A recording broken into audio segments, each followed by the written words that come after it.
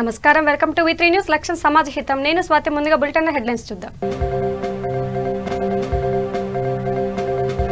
AP రాష్ట్రానికి మరో 5 లక్షల కోవిడ్ వ్యాక్సిన్ డోసులు అందజేత సీరం ఇన్స్టిట్యూట్ నుండి గన్నవరం చేరుకున్న టీకా శ్రీకాళహస్తిలో పోలింగ్ బూత్లలో బారులు తీరిన ఓటర్లు ఓటు వేసిన వైసీపీ అభ్యర్థి డాక్టర్ మద్దెల గురుమూర్తి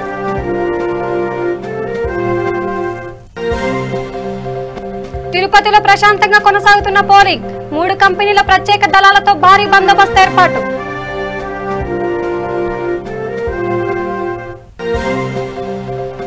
శ్రీశైలం మల్లన్న ఆలయంలో హుండీ లెక్కింపు కార్యక్రమం హుండీ ఆదాయం వివరాలు మీడియాకు వివరించిన ఈవో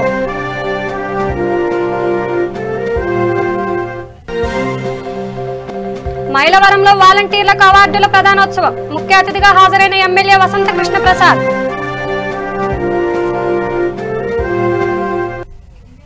ఇక డీటెయిల్స్ చూస్తే కృష్ణా జిల్లా గన్నవరం విమానాశ్రయానికి మరో 5 లక్షల కోవిడ్ వ్యాక్సిన్ డోసులు చేరుకున్నాయి. పూణేలోని సీరం ఇన్స్టిట్యూట్ నుంచి గన్నవరం విమానాశ్రయానికి కోవిషీల్డ్ టీకా డోసులు చేరుకున్నాయి. తొలుత గన్నవరంలోని రాష్ట్ర టీకా నిల్వ కేంద్రంలో వ్యాక్సిన్ స్టోర్ చేయనున్నారు. అక్కడి నుంచి వైద్య ఆరోగ్య శాఖ ఆదేశాలతో జిల్లాలకు తరలించనున్నారు. అదనపు డోసుల టీకాతో రాష్ట్రంలో నెలకొన్న కరోనా వ్యాక్సిన్ కొరతకు ఉపశమనం కలిగింది.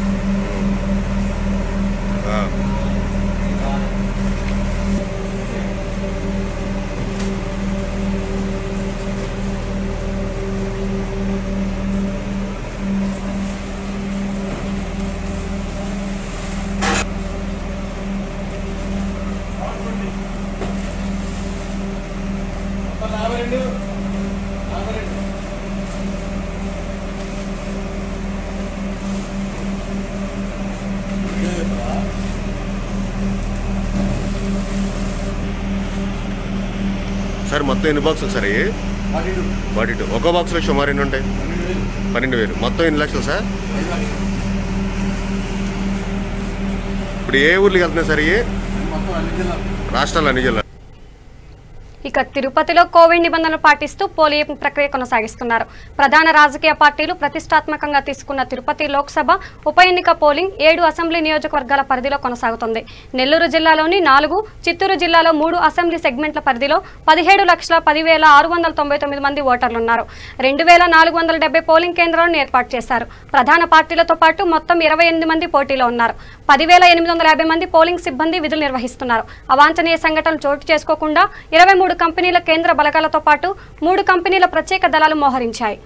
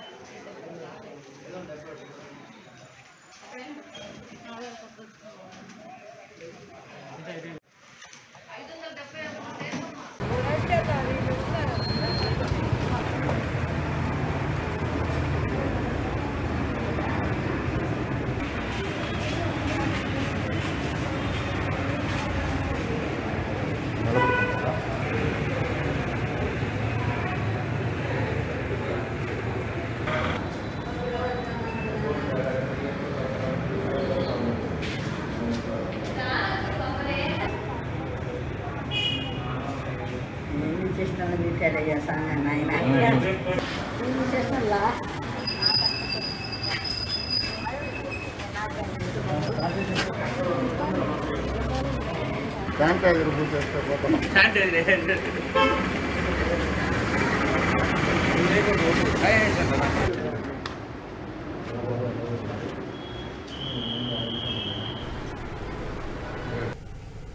ఇక శ్రీకాళహస్తి నియోజకవర్గం ఏర్పేడు మండలం తన స్వగ్రామం మన్నసముద్రంలో తిరుపతి పార్లమెంటు వైసీపీ అభ్యర్థి డాక్టర్ మద్దెల గురుమూర్తి ఓటు హక్కు వినియోగించుకున్నారు.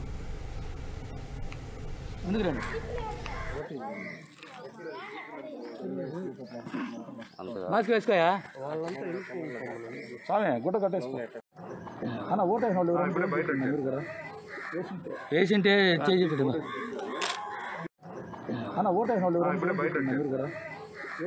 పేషెంటే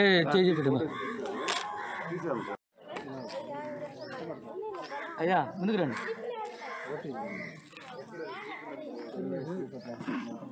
మాస్క్ వేసుకోయా స్వామి గుడ్డ కట్టేసుకో అన్న ఓటేసిన వాళ్ళు పేషెంటే ఇక కర్నూలు జిల్లా శ్రీశైలం మల్లన్న ఆలయంలో హుండీ లెక్కింపు కార్యక్రమం నిర్వహించారు.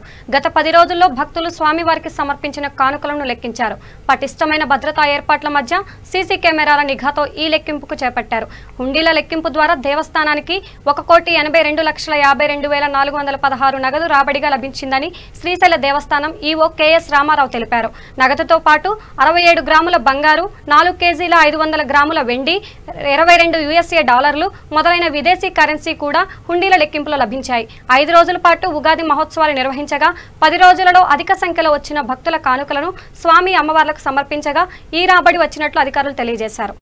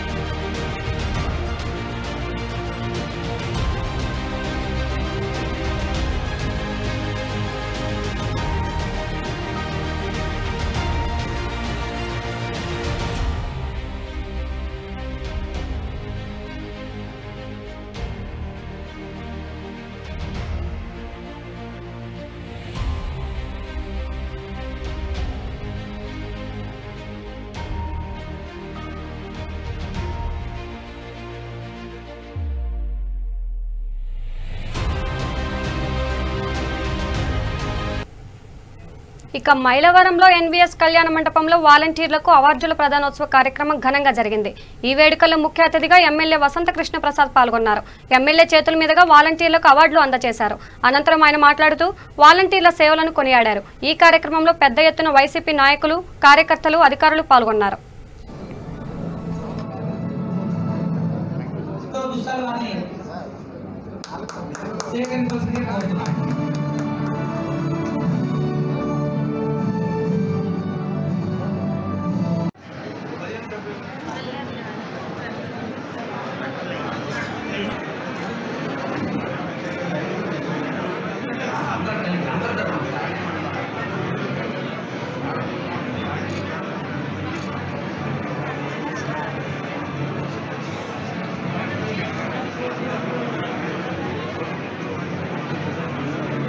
అద్భుతమైనటువంటి సేవలు అందిస్తున్నటువంటి వాలంటీర్లకి సత్కార కార్యక్రమం చేయడం చాలా సంతోషంగా ఉంది. తప్పకుండా, ఎందుకంటే కులాలకి, మతాలకి, పార్టీలకు అతీతంగా వాళ్ళు ఏమైతే సేవలు చేస్తున్నారో, ఎన్ని విపత్కర పరిస్థితుల్లో వరదలు వచ్చినా, కరోనా వచ్చినా అన్ని సంక్షేమ పథకాలు సక్రమంగా అమలు చేస్తున్నటువంటి వాలంటీర్లకి సత్కారం చేయటంగా ముఖ్యమంత్రి గారు తీసుకున్న ఈ కార్యక్రమాన్ని స్వాగతిస్తా ఉన్నాం. చాలా మంచి కార్యక్రమం. వాళ్ళందరూ కూడా రాబోయే రోజుల్లో మరింతగా సేవలు అందించి ఈ నియోజకవర్గం కృష్ణా జిల్లాలోనే ఉత్తమ పనితీరు ప్రదర్శించాలని వాలంటీర్లు అందరూ తప్పకుండా కోరుకుంటూ వాళ్ళందరికీ నా శుభాకాంక్షలు, ధన్యవాదాలండి. Thank you.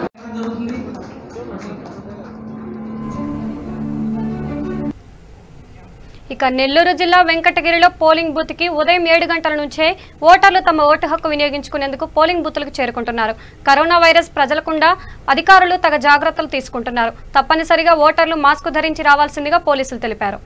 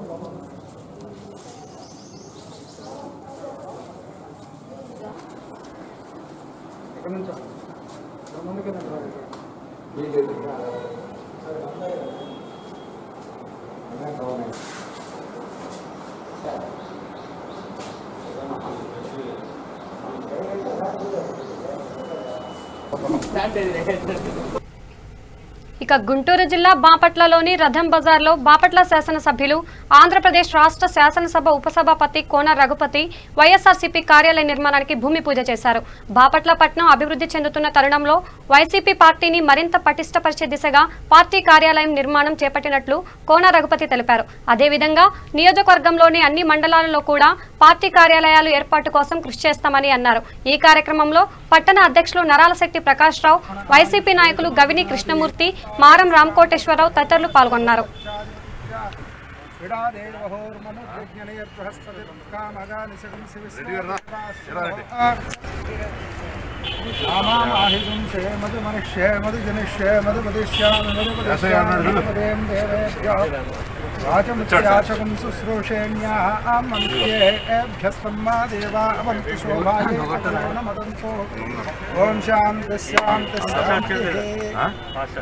చెప్పాను సార్, రాత్రి పాఠశాల కూడా చెప్పాను. భాష వస్తున్నాడు సార్, దారిలో ఉన్నాడు. వస్తున్నాడు దారిలో వస్తున్నాడు సార్, దారిలో ఉన్నాడు. పక్కన పెట్టి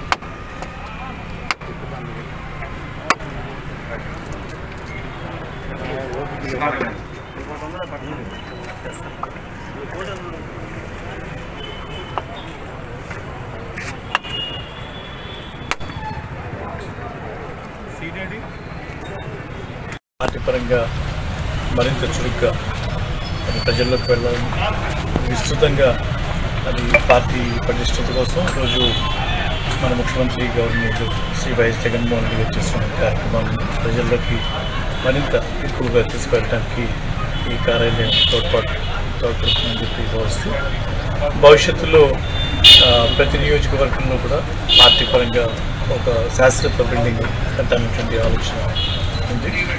సో ఆ క్రమంలో రాబోయేటువంటి ఒక సంవత్సరం లోపలే ఒక నియోజకవర్గంలో మన ప్రధానంగా నియోజకవర్గ కేంద్రం బాపట్ల జిల్లా కేంద్రం కాబోయే క్రమంలో తప్పనిసరిగా ఒక మంచి ఆఫీస్ నిర్మాణం చేయడం జరుగుతుంది. దాంతోపాటుగా గల్లపాలెం, పెద్దవానిపాలెం మండల కేంద్రాల్లో కూడా పార్టీ కార్యాలయాలు ఏర్పాటు చేయడం అది కూడా త్వరలో ఆ ఏర్పాటు నిర్వహిస్తాం.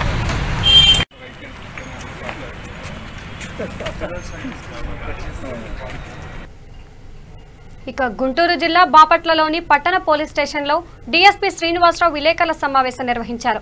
బాపట్లలో రెచ్చిపోతున్న రౌడీల దౌర్జన్యాలు అని మీడియా కథనాలు నిర్వహిస్తున్నాయని, అలాంటి దౌర్జన్యాలకు ఘర్షణలకు పట్టణంలో చోటే లేదని, అంతా ప్రశాంత వాతావరణం ఉందని ఆయన ఈ సందర్భంగా చెప్పారు. ఇటీవల ఓ జ్ఞాపకార్థం కార్యక్రమంలో జరిగిన ఘర్షణకు సంబంధించి పూర్తి వివరాలు వెల్లడించారు. ఇద్దరు విద్యార్థులు అతిగా మద్యం సేవించి దాడికి పాల్పడ్డారని, వారిని పిలిపించి కౌన్సిలింగ్ ఇచ్చినట్లు చెప్పారు. ప్రస్తుతం పట్టణంలో ఎలాంటి ఘర్షణ లేవని తెలిపారు. అయినా కూడా ఏదైనా కొట్టుకోవటం అనేది ఏదైనా నేరమే కాబట్టి 14వ తారీఖున అంబేద్కర్ జయంతి రోజున ఒక అతను గుచ్చే అనే ఒక అతను డిఎం పల్లిలో చనిపోవడం, దాని తాలూకా అతను జన కార్యక్రమంలో ఈ కేసులో ఫిర్యాదైన శశికుమార్ అలాగే చింటూ అనేవాళ్ళు ఆ కార్యక్రమంలో పార్టిసిపేట్ చేశారు. వీళ్ళిద్దరూ కూడా అంతకుముందు 10th క్లాస్ వరకు క్లాస్మేట్స్. అప్పుడు స్కూల్లో ఉన్నప్పుడే కొద్దిగా తిన్న తేడాలు రావడం, అప్పటి నుంచి కొంచెం ఎడమొహం ఉండి ఆ తాగినప్పుడు ఇద్దరు ఒకరికొకళ్ళు వార్నింగ్ ఇచ్చుకోవడం. ఆ రోజు తాగిన దానిలో ఈ దోనిపూడి శశికుమార్ని, సింతు, మల్లెల అనిల్ అలాగే ఒనిగల క్రాంతి కుమార్ సాయంతో కత్తితో దాడి చేయడం జరిగింది. అతనికి ముఖం మీద తల మీద గాయమైంది. వెంటనే వాళ్ళ పేరెంట్స్ని అందరినీ, వయసు చూస్తే శశికుమార్ కూడా జూనైలే, అలాగే సింటూ అనేవాడు కూడా జూనైలే. అందుకే వాళ్ళ పేరెంట్స్ తోటి మేమందరం, ఎందుకంటే కుర్రవాళ్ళు తాగిన మత్తులో మద్యం బానిసై వాళ్ళు ఇక చెడు మార్గాలకి ఇది అవుతున్నారని వాళ్ళ పేరెంట్స్తో కూడా మేము కౌన్సిలింగ్ చేయడం జరిగింది. అలాగే ఎవరైతే మా దృష్టిలో ఉండారో వాళ్ళ పేరెంట్స్తో కూడా మీటింగ్ పెట్టి వాళ్ళతో కౌన్సిలింగ్ చేసి ఈ యొక్క కుర్రవాళ్ళు యువత ముఖ్యంగా ఈ చెడు అలవాట్లు, ముఖ్యంగా తాగుడుకి అలవాటు పడి చిన్న చిన్న తగాదాలు అవ్వడం, గొడవలు పడటం, ఇలా 1-2 ఇన్సిడెంట్లు జరిగినాయి. దాని మీద మేము సీరియస్గా బాపట్ల టౌన్ పోలీసు వారు సీరియస్గా తీసుకొని ఈరోజు వాళ్ళు ఆ కేసులో 3 అరెస్ట్. ఇక జనసేన అధినేత పవన్ కళ్యాణ్ త్వరగా కోలుకోవాలని తూర్పుగోదావరి జిల్లా గోకవరం గ్రామానికి చెందిన జనసేన నాయకుడు పవన్ కళ్యాణ్ అభిమాని గవిని దుర్గాప్రసాద్ ప్రత్యేక పూజలు చేయించారు. శ్రీదేవి భూదేవి సమేత వెంకటేశ్వర స్వామి కొండపైకి మోకాళ్లపై మెట్లపై ఎక్కుతూ జై శ్రీరామ్ జై జనసేన అంటూ పూజలు చేశాడు.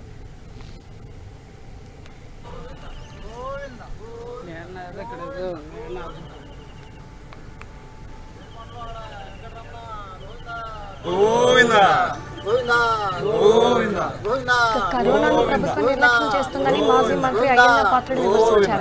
కరోనా కట్టడి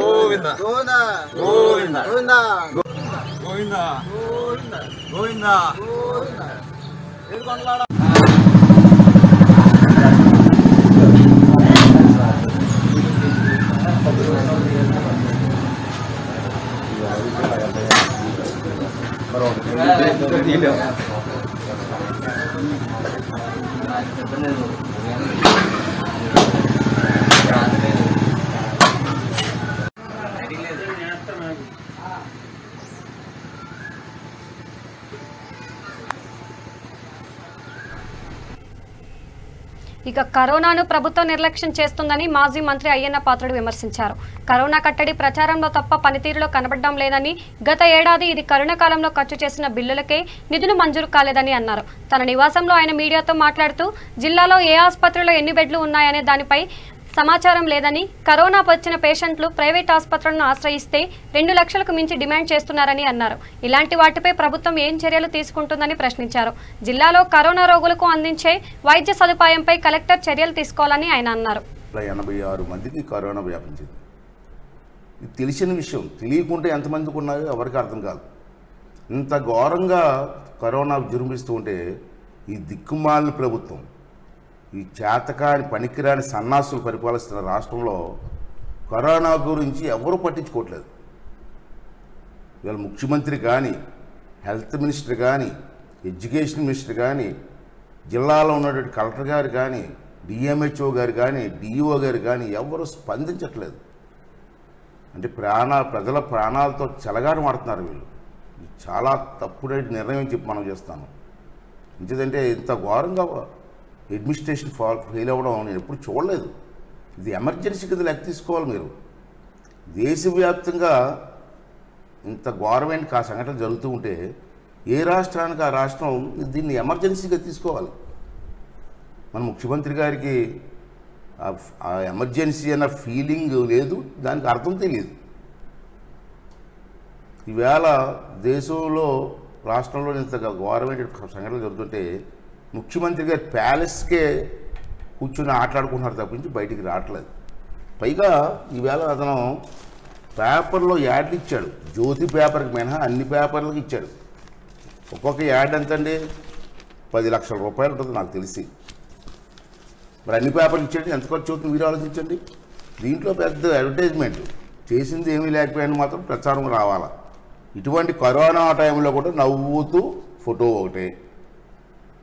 అందరూ విచారంతో ఉంటారు. ఇటువంటి విచారమైన సంఘటన జరుగుతున్నప్పుడు విచారంగా ఉంటారు ముఖం. నవ్వుతూ ఒక ఫోటో ఒకటి, దీనికి కొన్ని లక్షల రూపాయలు ఖర్చు.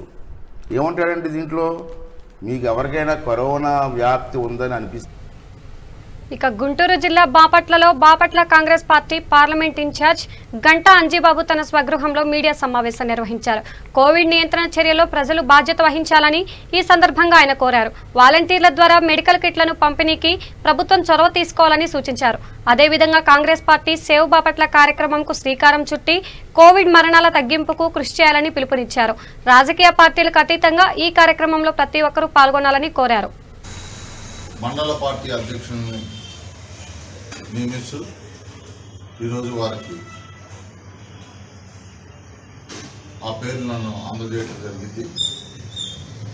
కాంగ్రెస్ పార్టీకి బలోపేతానికి త్వరలో అన్ని నియోజకవర్గాల స్థాయిలో కమిటీలను వేయడం జరుగుతుంది. దానిలో భాగంగా ఈరోజు సంతనోతలపాడు నియోజకవర్గం నుండి మేము ఈ నియామకాలను డాక్టర్ శైలజానాథ్ గారి ఆధ్వర్యంలో జేడీసీలం గారి ఆదేశాలను అనుగుణంగా నియమించడం జరుగుతుంది. కాంగ్రెస్ పార్టీ బలోపేతానికి సంతనోతలపాడు నియోజకవర్గంలో మా నాయకులు తీవ్రంగా కృషి చేస్తున్నారు. అదేవిధంగా మొన్న 3 జడ్పీటీసీ స్థానాలకు కూడా పోటీ చేయడం జరిగింది, ప్రచారం కూడా చేయడం జరిగింది. ఈరోజు డబ్బే ప్రధానంగా జరుగుతున్న ఎన్నికల్లో సేవే మార్గము, సేవే లక్ష్యము, దేశాన్నే రక్షించండి, కాంగ్రెస్ను రక్షించుకోండి అనే నివాదంతో మా పార్టీ నాయకులంతా ఆ నియోజకవర్గంలో పనిచేయడం జరిగింది. వాళ్ళ కృషికి బాపట్ల పార్లమెంట్ కాంగ్రెస్ తరఫున, జేడీసీలం గారి తరఫున, శైలజానాథ్ గారి తరఫున, సంతనోతలపాడు నియోజకవర్గ ప్రజలకు, నాయకులకు కూడా మేము కృతజ్ఞతలు తెలియజేసుకుంటున్నాం. ఈ దేశంలోనే, ఈ రాష్ట్రంలో కూడా ఈరోజు కరోనా విలయతాండం చేస్తుంది. పేపర్లకు ఒక లెక్క వస్తే విడిగా ప్రజలు ఎంతో బాధపడుతూ, పేపర్లో వచ్చిన సంఖ్య కంటే 15-20 రెట్లు సంఖ్య అధికంగా కరోనా రోగులు ఉన్నారు. మరణాలు కూడా అదే విధంగా ఉన్నాయి. సంతనోతలపాడు నియోజకవర్గం నుండి పిసిసి నాయకులు సుబ్బారావు గారు మరియు ఆంజనేయులు గారు మరియు సుబ్బారావు గారు. ఇక హిందూ దేవాలయాలపై కరోనా పంజా విసిరింది. అనంతపురం జిల్లా తాడిపత్రి పట్టణంలో కేంద్ర ప్రభుత్వ ఆదేశాల మేరకు కోవిడ్ సెకండ్ వేవ్ విజృంభించిన తరుణంలో అధికారులు ప్రముఖ ఆలయాలను మూసివేశారు. శ్రీ చింతల వెంకటరమణ స్వామి దేవస్థానం, బుగ్గ రామలింగ స్వామి ఆలయాలను ప్రభుత్వం ఆదేశాలకు అనుగుణంగా వచ్చే నెల మే 15వ తేదీ వరకు ఆలయ తలుపులు మూసివేయాలని అధికారులు ఆదేశాలు జారీ చేశారు. అయితే స్వామివారికి జరగాల్సిన ధూపదీప నైవేద్యాలు యథావిధిగా ఏకాంతంగా కొనసాగుతాయని ఆలయ ప్రధాన అర్చకులు కృష్ణస్వామి, విష్ణు భట్టర్ తెలిపారు.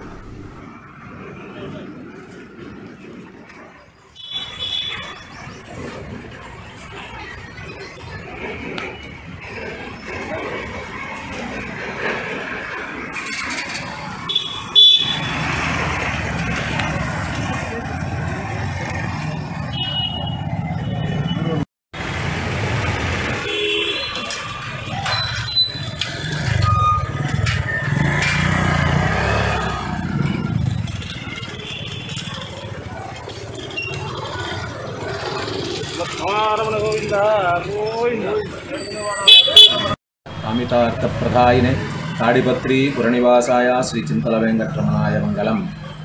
భక్త మహాశైలారా,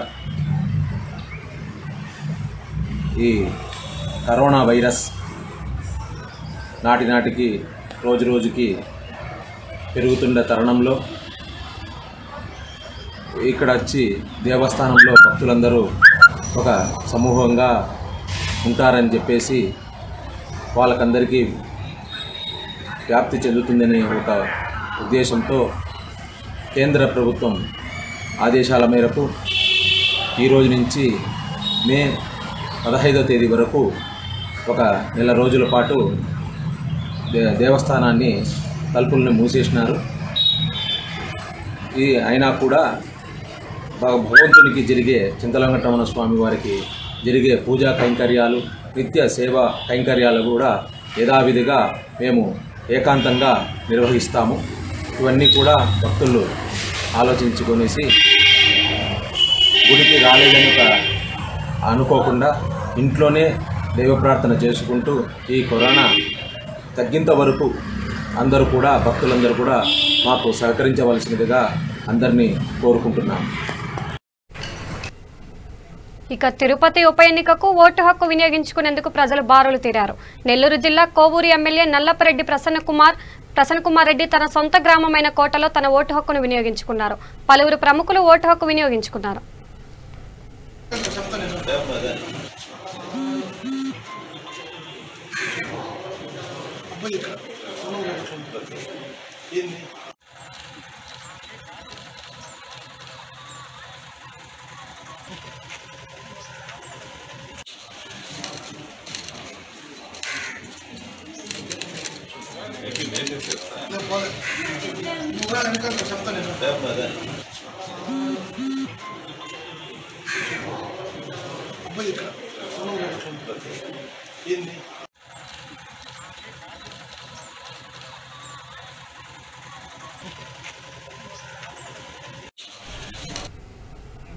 బులెటిన్ ముగించే ముందు హెడ్లైన్స్ మరోసారి చూద్దాం. ఏపీ రాష్ట్రానికి మరో 5 లక్షల కోవిడ్ వ్యాక్సిన్ డోసుల అందజేత. సీరం ఇన్స్టిట్యూట్ నుండి గన్నవరం చేరుకున్న టీకా.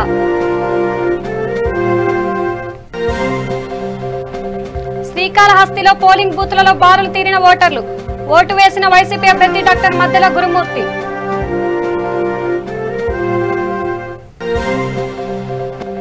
తిరుపతిలో ప్రశాంతంగా కొనసాగుతున్న పోలింగ్. 3 కంపెనీల ప్రత్యేక దళాలతో భారీ బందోబస్తు ఏర్పాటు.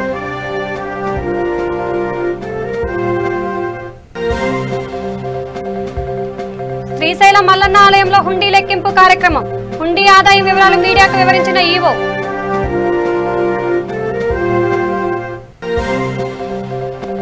మైలవరంలో వాలంటీర్లకు అవార్డుల ప్రదానోత్సవం.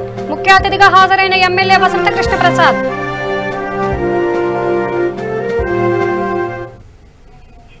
ఇవి బులెటిన్ అప్డేట్స్. చూస్తూనే ఉండండి V3 న్యూస్. లక్ష్యం సమాజ హితం.